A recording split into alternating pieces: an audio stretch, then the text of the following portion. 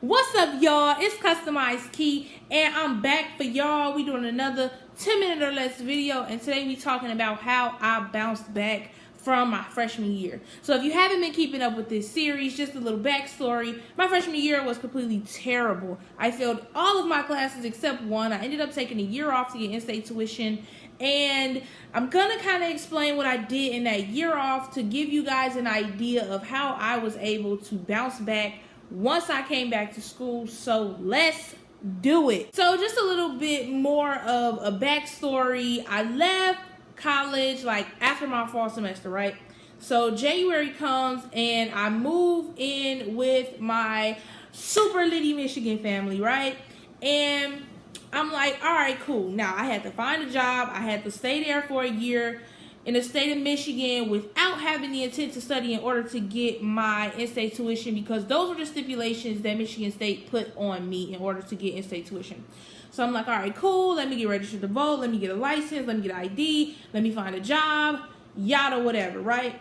Now, up until that time, up until like my third week of being there or so, I ended up finding a job. It was at McDonald's. Nothing fancy, but I had a balance of like $3,600 to pay off in order for me to be able to register for my classes, pick up my classes when August got here, and then be able to be in the right classes by the time January came for that next spring semester for me to be back in school, right?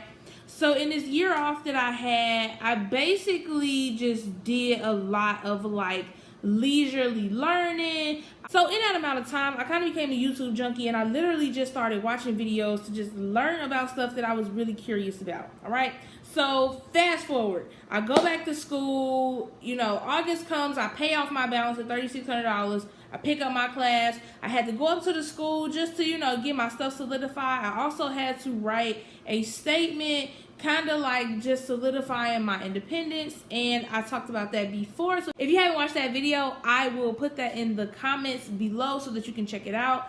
But let's fast forward some more till January, right? So January gets here, I move back to Michigan State, I'm on campus, great, right? No, not great at all. So actually, because I failed all of my classes except one, which I got like a 1 point, which is still failing, I was on academic probation.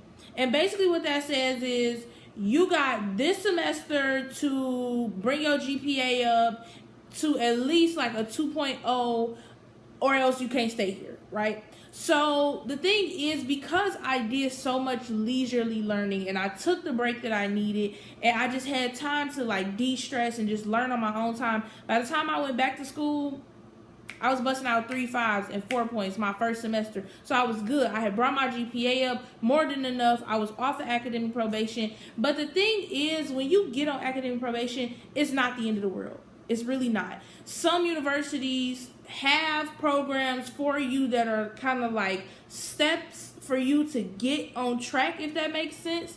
I think Michigan State has a program called STAR, if I'm not mistaken. And essentially what that is a program where they check in with you and you're required to come in. It's kind of like being on like real probation. You know what I'm saying? I've never been on probation for real before, so don't think I know this from experience. But, I be reading stuff, so okay, we're going to go with that.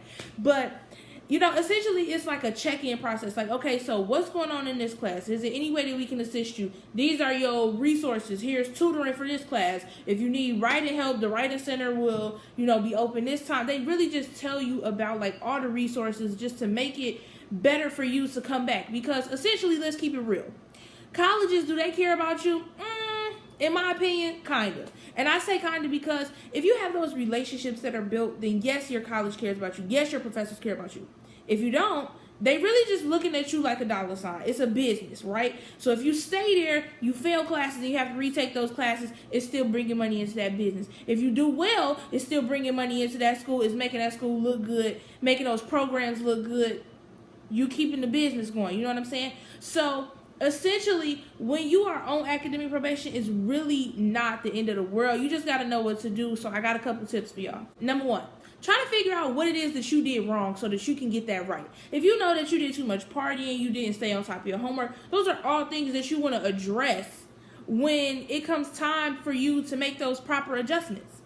You don't want to repeat the same mistakes. Even if you do have to retake a class, take it with a different professor, or, you know, just kind of see what ways you can work around that. Don't always, you want to reflect on what you did wrong so that you can get it right. 2, find out about your resources on campus, because they will definitely help you to bounce back. They will help you to make your load a lot lighter. And in finding those resources, make sure that you're also talking to a counselor or academic advisor, because those are the people who are really tracking your progress to make sure, like, hey, is this person on track? Hey, are you taking classes that you don't even need? You need to have that open line of communication with your counselors, with your college advisors, and just make sure that what you see for yourself and what you need on their end to like matriculate and get that degree are one and the same. And if not, how you can get to that common ground. Number 3, don't stress if you're on academic probation, but I will say this: put yourself on punishment. You have to develop a very strong sense of self-control. You have to develop a sense of responsibility and ownership for the things that you did.